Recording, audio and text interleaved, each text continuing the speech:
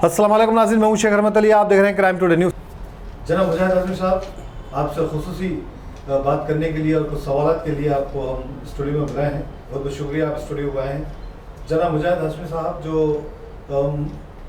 जिस तरह से महाराष्ट्र में एक दरगाह का जो है दरवाज़ा उड़ाया गया है और ये वीडियो बड़ी तेज़ी से वायरल हो रही है, इसके बारे में आपका क्या कहना है? जबकि हथियार रखे हुए हैं लेकिन अभी तक जो है वो लोग कानून की और पुलिस की नज़रों से बचे हुए हैं।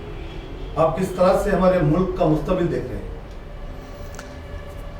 औज़ु बिल्लाहि मिनश शैतानिर रजीम, बिस्मिल्लाहिर्रहमानिर रहीम। मोहतरम नाज़रीन, आरएसएस और संघ परिवार जिन्होंने 50 साल तक, उससे ज़्यादा अरसे तक जो है अपने हेडक्वार्टर, अपने जो है दफ्तर पर कभी इस मुल्क का झंडा नहीं लहराया, वो हमेशा यही कहते रहे कि जो हमारा कानून, हमारा दस्तूर, हमारा जो है जो मर्ज़ी है हिंदू राष्ट्र का वही काम करेगा।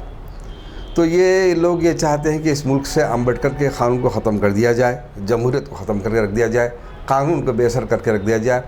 और आज तो एक मुल्क का चुनिंदा वज़ीर आला उत्तर प्रदेश का योगी आदित्यनाथ ये कहता है कि जो है ये मुल्क हिंदू राष्ट्र है, जबकि उन्होंने दस्तूर पर हलफ उठाया लेकिन ये कहते हैं कि जो है ये हिंदू राष्ट्र है। तो गोया जो इस मुल्क में जो है आज दस्तूर और क़ानून मुकम्मल तरीक़े से अमलन ख़त्म करके रख दिया गया है। ये माहौल इसलिए बढ़ रहा है कि इन साजिशों के पीछे, इन गुंडों के पीछे इनकी सरपरस्ती करने वाले, इनको जो है उकसाने वाले, इनसे अमल करवाने वाले, वीडियो वायरल करवाने वाले सब के सब जो है यकीनन संघ परिवार के लोग हैं और इसके पीछे इनकी सरपरस्ती आरएसएस और बीजेपी कर रही है। तो कानून को बेअसर करके रख दिया गया है। इससे पहले अगर कोई भी जो है मुल्क के क़ानून की खिलाफ वर्जी करता तो उसके ख़िलाफ़ कानूनी कार्रवाई होती थी, लेकिन उसके बाद ये हुआ कि कानून जो है कायदीन के पास, उनके हाथों में आ गया, उनके मर्ज़ी के मुताबिक काम करने लगा। और आज बात ये है कि जो है आज पूरे का पूरा जो है जो मर्ज़ी संघ परिवार की है वही कानून है। उनके सामने सारे महकमे बेबस हैं, लाचार हैं, कुछ कर नहीं सकते। यहाँ तक कि पुलिस भी मुकम्मल तरीके से कुछ काम नहीं कर सकती, बल्कि पुलिस उनका साथ देती है और उनके हुक्म की तामील करती है, कानून की खिलाफ वर्जी करती है। इस मुल्क में कानून अमलन, इस मुल्क में कानून ख़त्म होकर रह गया है। आपने जिस दरगाह की बात की, वहाँ पर जो है ये बात भी कही गई है कि जो है उस छोटी तोप को उन्होंने बनाया है, बनाकर उसमें जो है जो कुछ भी जो है बारूद वगैरह जो रखना था रख के जो है उस जो है दरगाह के दरवाजे को उड़ा दिया, ख़त्म कर दिया गया। और जब ये अपने इस एक्सपीरियंस में, अपने तजुर्बे में जब कामयाब हुए तो उन्होंने जो है नारे लगाए जय श्री राम के। इनके ख़िलाफ़ कोई केस मुकदमा आज तक दर्ज नहीं हुआ, कोई किसी गिरफ्तारी नहीं हुई। न सिर्फ उनके पास ये इस किस्म के तोपें हैं बल्कि AK-47 भी है, उसके पास एक से एक असली हथियार है। तो जो है ये ऐसे हथियार उनके पास कहाँ से आए, क्यों आए? और जो है बैरूनी ममालिक के रिपोर्ट के मुताबिक इस मुल्क में अरबों रुपए के हथियारों के हिंदुओं ने ख़रीदा है। तो फिर ये कहाँ से आए इसकी तहकीक नहीं हो सकती, ना वो हुकूमत करना चाहती है, बल्कि इसको मुकम्मल तरीके से मुसलमानों के ख़िलाफ़ इस्तेमाल किया जाएगा। अनक़रीब वो वक्त आने वाला है जहाँ पर मुसलमानों के मुकम्मल तरीके से नस्लकुशी होगी, जेनोसाइड जिसे कहते हैं, क़त्ल आम का बाजार गर्म किया जाएगा। एक ऐसा ही दूसरा वाक़या हुआ राजस्थान में, जहाँ पर नसीर और जुनैद को जो है ज़िंदा जलाया गया है।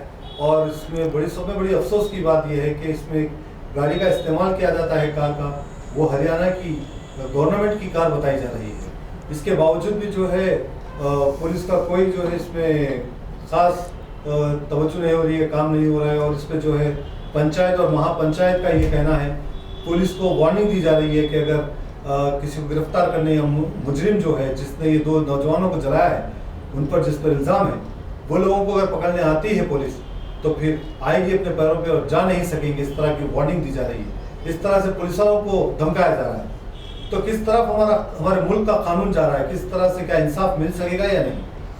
देखिए, तमाम महकमे जब संघ परिवार के ग़ुलाम बन चुके हैं तो धमकी देना उनका हक़ और इख्तियार है, क्योंकि कोई कानून उस हुक्म देने वाले अब पुलिस ओहदेदार नहीं रहे। पुलिस ओहदेदारों को हुक्म देने वाले संघ परिवार के लोग हो गए हैं, तो उनके हुक्म की तामील करने के लिए नौकरों की तरह ये काम कर रहे हैं। तो अब जो है अब जिस सरकारी जो है गाड़ी का इस्तेमाल करके उन 2 नौजवानों को जो है अगवा किया गया, उनको ज़िंदा जला दिया गया, तो उनकी तायीद में हुकूमत राजस्थान और हरियाणा दोनों हुकूमतों ने आज तक कोई कदम नहीं उठाया, कोई मुकदमे दर्ज नहीं किए गए और ना उनको गिरफ़्तार किया गया है। तो इस तरीके से जो है ये बात साबित होती है कि इस मुल्क में अब इलेक्शन आने के लिए जो है अब ये काम किया जाएगा कि मुसलमानों का कत्ले आम किया जाएगा। यहाँ पर जो है हर महकमा मुकम्मल तरीके से संघ परिवार के हुक्म के ताबे हो चुका है। ये मुल्क हिंदू राष्ट्र बन चुका है। यहाँ पर जो है कानून का कोई अमलन जो है हुक्मरानी बाकी नहीं रही। इसके लिए जो है मैं कहता हूँ कि अब अगर ऐसा हुआ वाक़यात, फिर मुस्लिम कायदीन क्या कर रहे हैं? वो कायदीन जो इस बात के दावेदार हैं कि हम आपकी क़यादत करते हैं, करोड़ों अरबों रुपये मुसलमान से वसूल करते हैं, खा वो कोई जमातुल उलमा हो, ये जमात हो, वो जमात हो, सब कुछ हो, इनके पास किसी पास ये इतने MLA की 22 MLA 25 MLA वाली जो जमात है और क़यादत है, अब तक क्या कर रहे हैं आप? क्या जो है इंसानी हकूक़ कमीशन को आपने जो इसके ताल्लुक़ से अपने को जो है कुछ शिकायत दर्ज करवाई? और जो जहाँ कहीं भी सदर जमहूरिया के ख़िलाफ़ पास आप गए, कहाँ कहाँ आपको नुमाइंदे करना चाहिए? और जो है वर्ल्ड सारी दुनिया की जो है इंसानी हकूक़ की एक तंजीम है, वहाँ से आप रुजू होना था, आप क्यों रुजू नहीं हुए आप? जबकि आपस पूरे सरमाया हैं, आपस में वसाइल पूरे मौजूद हैं, आप क्या कर रहे हैं फिर? आप क्यों, आप आपस हिम्मत क्यों नहीं है? तो इसका मतलब ये है कि जो है मुसलमानों को ढकेल दिया गया, उनके रहम व करम पर केवल छोड़ दिया गया है कि आने वाले वक्त में जबकि जो है AK-47 और जो है तोप उनके पास हैं, तो इन तोपों से घरों को, मसाजिद को, मदारिस को गिराया जाएगा। और एक ऐसा AK-47 बोल तो आप जो अगर मुसलमानों के हाथ में भी आ गया तो उसको मुसलमान चला नहीं चला सकेंगे।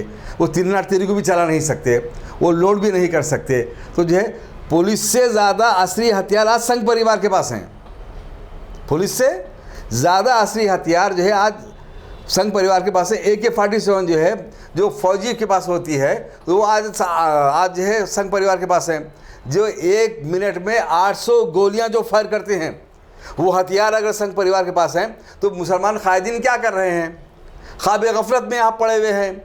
अरे कोई आपका इमाम और ख़तीब, को महल्ले का कायद जो है, कोई भी सियासी हो, मजहबी कायद हो, आपको हिफाजत खुद इख्तियारी का कोई दर्स नहीं देता, तलखीन नहीं करता, आपको मुनज़्ज़म नहीं करता, मुत्तहिद भी नहीं करता।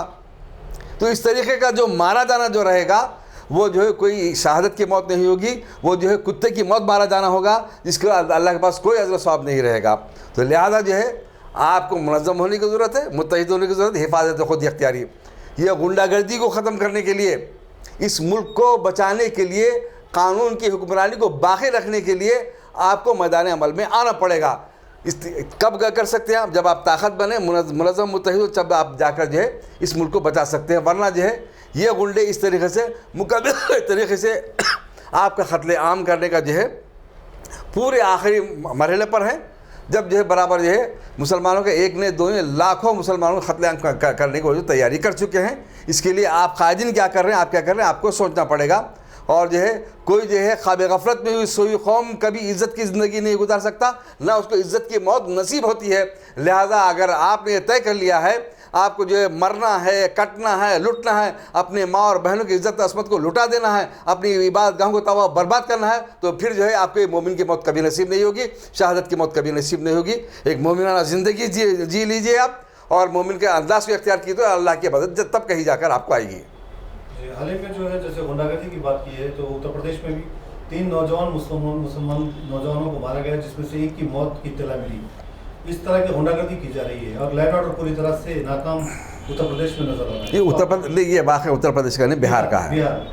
देखिए आप, कोई दिन खाली नहीं जा रहा है जहाँ पर किसी मदरसे पर बुलडोज़र ना चलाया जाए, किसी मस्जिद पर बुलडोज़र ना चला जाए, किसी मुसलमान के घर को तबाह बर्बाद ना किया जाए, कहीं पर मामूली इंचिंग के हजूम तशद्दुद के ज़रिए मुसलमानों को कत्ल ना किया जाए। यही तो हिंदू राष्ट्र है। देखिए आप कि एक हिंदू होने के लिए लाजिम है कि वो ये बता दिया गया उनको कि जो है मुसलमानों पर जुल्म किया जाए, मुसलमानों की इबादतगाहों को ख़त्म किया जाए। अब ये इस्लामी हुकूमत अगर रहती है तो मुसलमानों के हाथ तो बंधे होते हैं, आप किसी पर जुल्म नहीं कर सकते, किसी के जो हक़ नहीं छीन सकते, किसी इबादतगाह को नुकसान नहीं पहुंचा सकते। पड़ोसी है तो उनका खा कोई भी पड़ोसी क्यों ना हो, उसके साथ आपको हुस्न सलूक करना पड़ेगा। कोई औरत अगर किसी भी मज़हब की क्यों ना हो, आपको अपनी निगाहों को नीचे रखना पड़ेगा, आपको एक जो है उसका अदब एहतराम करना पड़ेगा, औरत होने का एहतराम करना पड़ेगा। इसके बजाय हिंदू राष्ट्र ये होता है कि जो है हिंदू कायदीन ये कहते हैं कि आप अगर कोई एक मुस्लिम लड़की, एक गैर मुस्लिम हिंदू लड़की जो है किसी मुस्लिम लड़के से आशिकी करके शादी करे तो आप जो है 10 मुस्लिम लड़कियों को जो पटा लो, आप उनके लिए हम आपका माली मदद करेंगे, सब मदद करेंगे। तो ये जो है उनकी अपनी जहनीत है, उनका अपना मज़हब है। तो हिंदू राष्ट्र में ऐसा ही होगा। तो लिहाजा जो है जो अमन चाहते हैं, इंसाफ चाहते हैं, औरत का इकराम अगर चाहते हैं, उसूल अगर चाहते हैं तो उसूल सिर्फ इस्लाम में मिलेगा। वरना आपका जो है जो हाल आप देख लीजिए नेपाल का, नेपाल भी तो इससे पहले हिंदू राष्ट्र था। इस हिंदू राष्ट्र से नेपाल के लोगों ने तौबा कर लिया, अपनी जानों को कुर्बानियां देके उससे उन्होंने वो चोला उतार कर फेंक दिया कि हमको हिंदू राष्ट्र की ज़रूरत नहीं है। फिर आप क्या तरक्की करेंगे, क्या तबाह बर्बाद होंगे, ये आपको वक्त बताएगा। इसीलिए बेहतर इसी में आने आपके अगर आपको अकल अगर है तो आप जो इस इन चीज़ों से बचेंगे, वरना आप इस मुल्क की तबाही के आपको जिम्मेदार रहेंगे।